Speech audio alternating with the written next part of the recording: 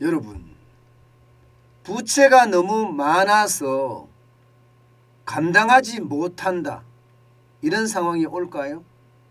특히 20대에는요 이런 상황이 굉장히 빨리 올 수도 있다는 그런 지표가 나오고 있습니다. 어떻게 생각하면 비투하고 연결해서 그만한 대가를 치르는 것은 아닌가, 그런 생각이 들 정도입니다. 여러분, 이 지표를 한번 보세요. 20대 다중채무자 증가율입니다.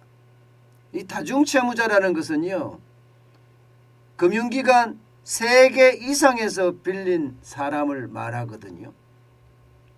다중채무자는요. 그러니까 1금융권에 빌리고 또 2금융권에 빌리고 그리고 카드 쓰고 이러면 이제 다중채무자가 되는 겁니다.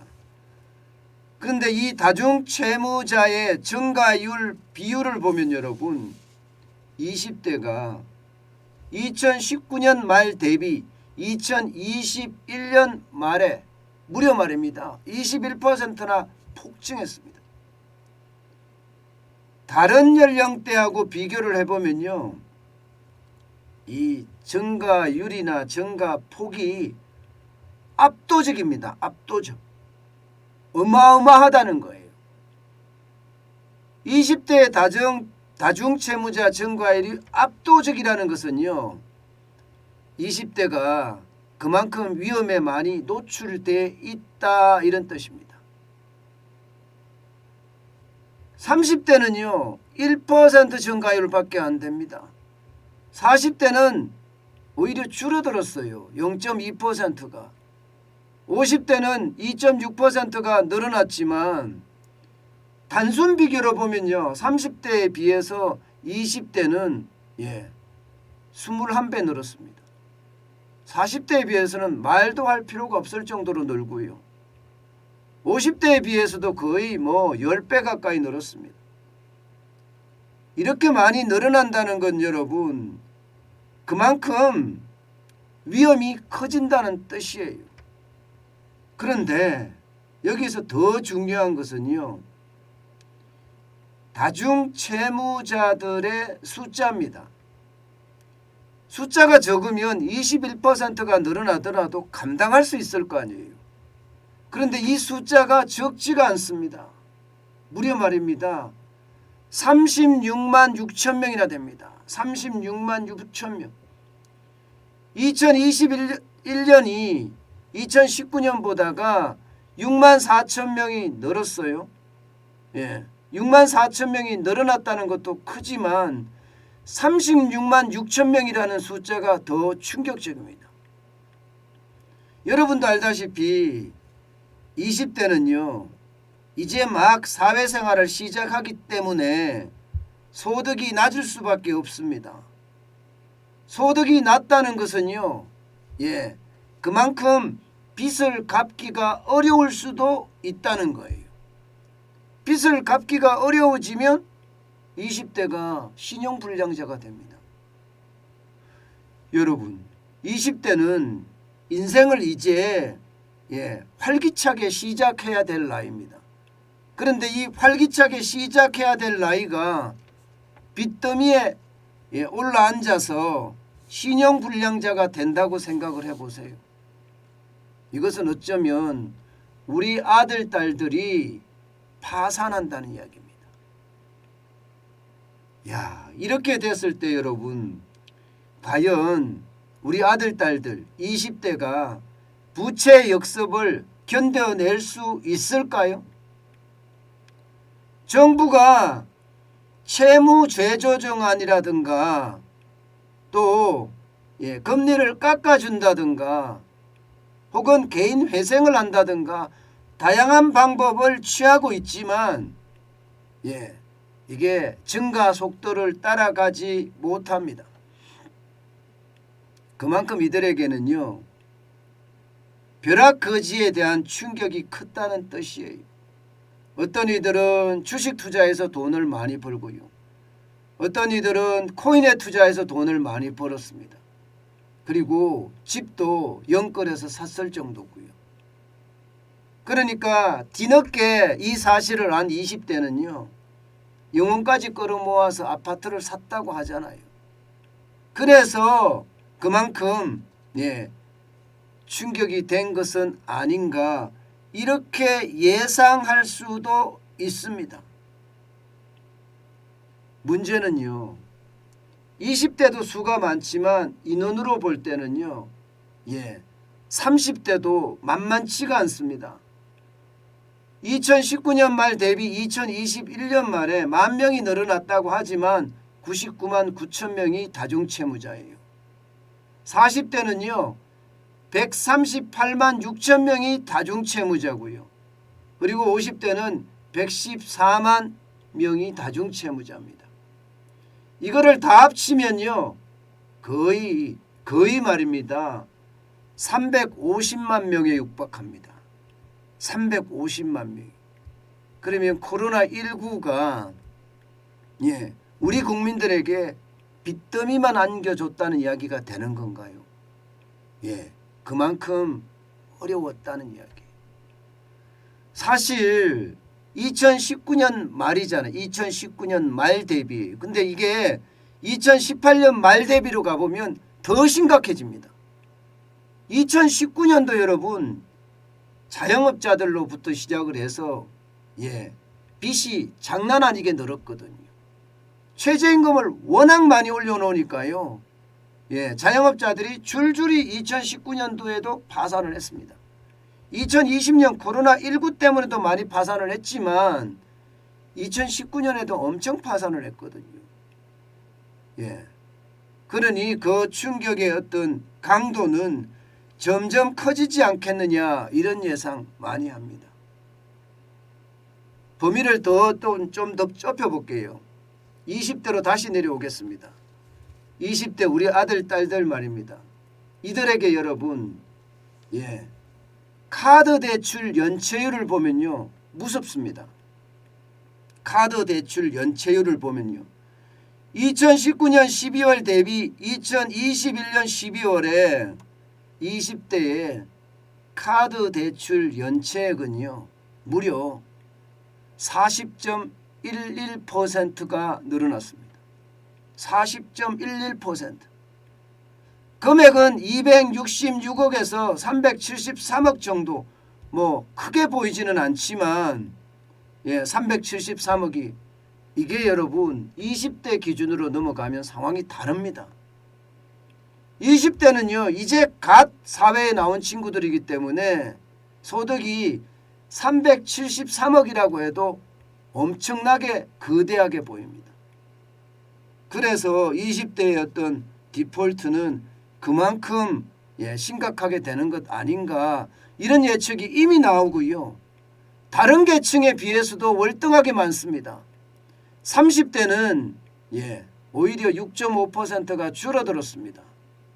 그래서 1,187억 원으로 줄어들었고요. 40대는 많이 줄어들었어요. 14.9%나 줄어들었습니다.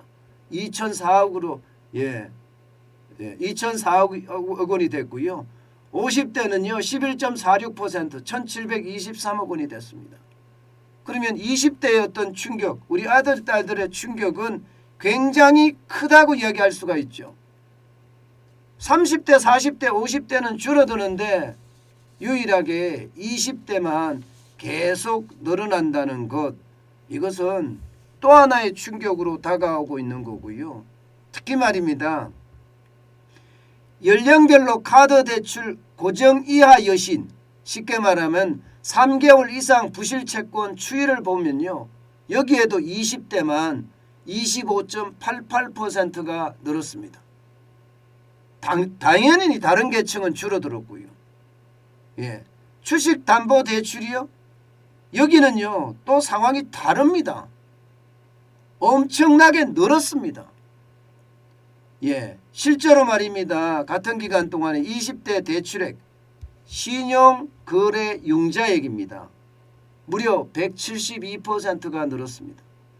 4조 5,241억 원에서 12조입니다. 12조 3,060원까지 늘었습니다. 장난 아니죠. 게다가 20대 예탁 증권 담보융자 역시 55.26%가 뛰었습니다. 그러니까 20대는요.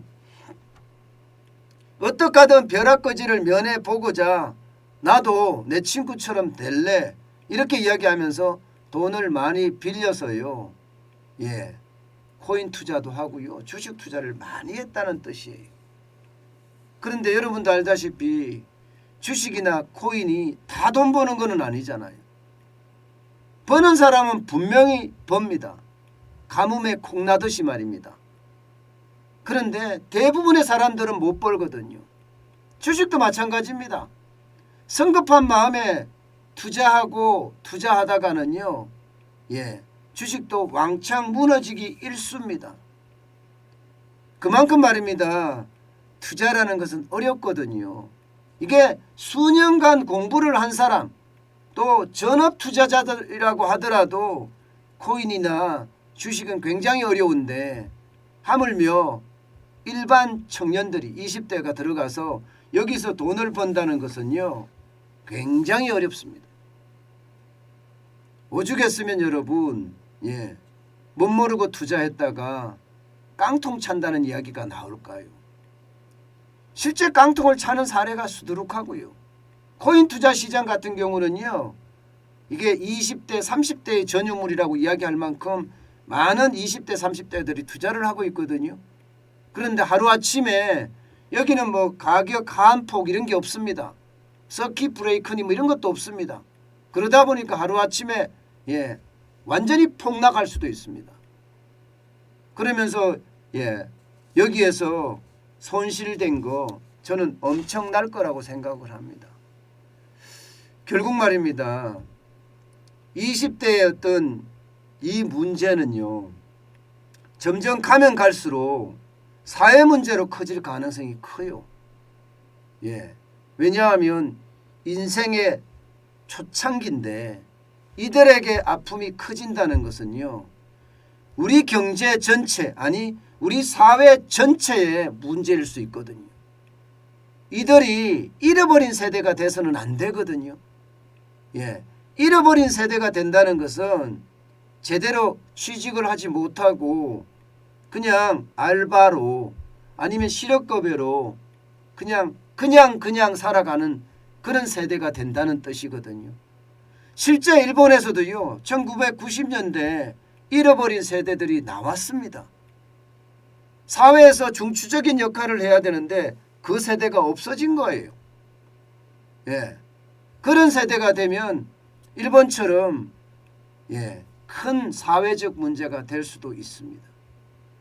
저는 그 어느 때보다 20대를 위해서는요. 일자리 만드는 거 신중해야 됩니다. 진짜 세금 주도 일자리 이런 거 말고요.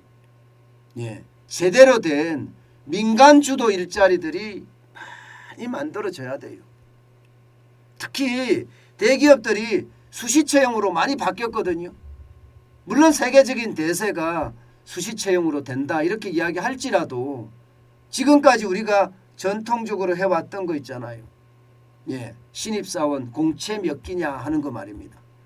저는 그런 어떤 공채 기술을 만들더라도 뭔가 20대의 어떤 뭐라고 이야기해야 되나 채용은 더 늘려야 됩니다. 이게 사회 문제로 크게 발전하면 아마 크게 문제가 될 겁니다. 이 수시 채용을 한다는 것은 채용을 덜 하겠다는 뜻이에요. 그만큼 우리가 경제가 더 꼬꾸라질 수도 있다는 뜻도 되고요. 그래서 저는 그 어느 때보다 공채의 부활 뭐 이런 게 꼭 필요한 것은 아닌가 저는 그런 생각 참 많이 해봅니다. 지금 20대의 어떤 부채 문제는요. 해결할 수 있는 방법이 딱 하나예요. 그들의 소득을 늘려주는 방법이에요. 그게 일자리거든요. 그것도 제대로 된 일자리요. 윤석열 정부에서는요. 이런 제대로 된 일자리가 팍팍 늘어났으면 좋겠습니다.